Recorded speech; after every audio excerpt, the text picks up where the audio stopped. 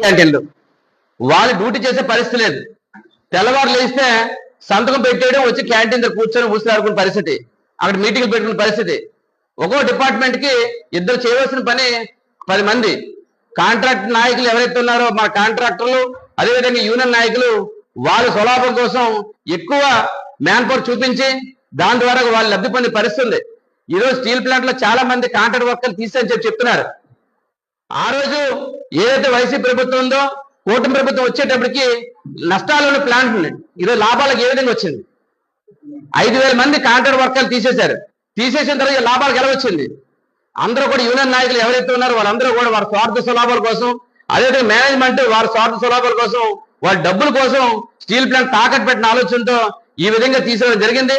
ఏ కూటమి ప్రభుత్వం వచ్చిన తర్వాత మా ఎమ్మెల్యే స్థానిక శాసనసభ్యులు పల్లా శ్రీనివాసరావు గారు, అదేవిధంగా పార్లమెంట్ సభ్యులు శ్రీభారత్ గారు ఇద్దరు సహకారంతో ఈరోజు స్టీల్ ప్లాంట్ నడుస్తుందంటే వాళ్ళిద్దరు సహకారంతో నడుస్తుంది తప్ప యూనియన్ నాయకులు కానీ, సిపిఐ, సిపిఎం, అదేవిధంగా వైసీపీ నాయకులు దుష్ప్రచారం మానుకోవాలి.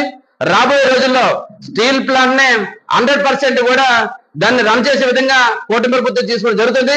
ఎట్టి పరిస్థితుల్లో కూడా ఎవరైతే నిర్వాసితులు ఈ రోజు 8,000 మంది ఇంకా ఆర్కాడ్ హోటల్ ఉండిపోయారు, వాళ్ళందరికీ ఉపాధి కల్పించాలి.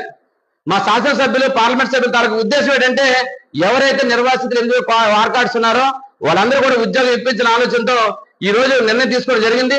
ఎవరైతే అడ్డుగోడగా కాంట్రాక్టర్లు, అదేవిధంగా యూనియన్ నాయకులు ఎవరినైతే అడ్డుగోడగా జాయిన్ చేస్తున్నారో వాళ్ళందరినీ తొలగించే ఎటువంటి ఇబ్బంది కాదు. ఏదైతే ఆర్కాడ్ వాడరో వాళ్ళకి న్యాయం చేయాలి. భూములు పోయే, కొట్లు పోయే, వాళ్ళు ఏదంటే రోడ్డు మీద పడే పరిస్థితి ఉంది, వారందరికీ న్యాయం చేయాలని ఆలోచనతో ఈ రోజు మా నాయకులు తీసుకున్న నిర్ణయానికి అందరూ కూడా కట్టుబడి ఉండాలి. ఆ ఎవరైతే ఆర్కాడ్ వాడుతున్నారో వారందరూ కూడా ఉద్యోగం ఇచ్చినంత వరకు మా ఎమ్మెల్యే గారు, ఎంపీ గారు పోరాడతారు. ఎటువంటి అదృష్టం లేదని చెప్పి మీ అందరికీ తెలియపరుస్తాను. ఏదైనా ఫేక్ మీడియాలు, అదేవిధంగా తప్పుడు రాసులు రాస్తే రాబోయే రోజుల్లో పరిణామాలు తీవ్రంగా ఉంటాయి. ఈ రోజు గంగవరం పోర్ట్ ఉంది. గంగవరం పోర్ట్ ని వైసీపీ ప్రభుత్వంలోనే అమ్మే పరిస్థితి తీసుకొచ్చారు. 11.5%, 10.5% వాటాని ఈరోజు వైసీపీ ప్రభుత్వం అమ్మే పరిస్థితి ఉంది.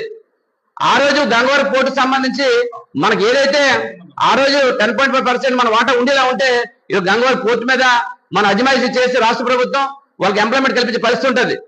అదే స్టీల్ ప్లాంట్ అదే పరిస్థితి.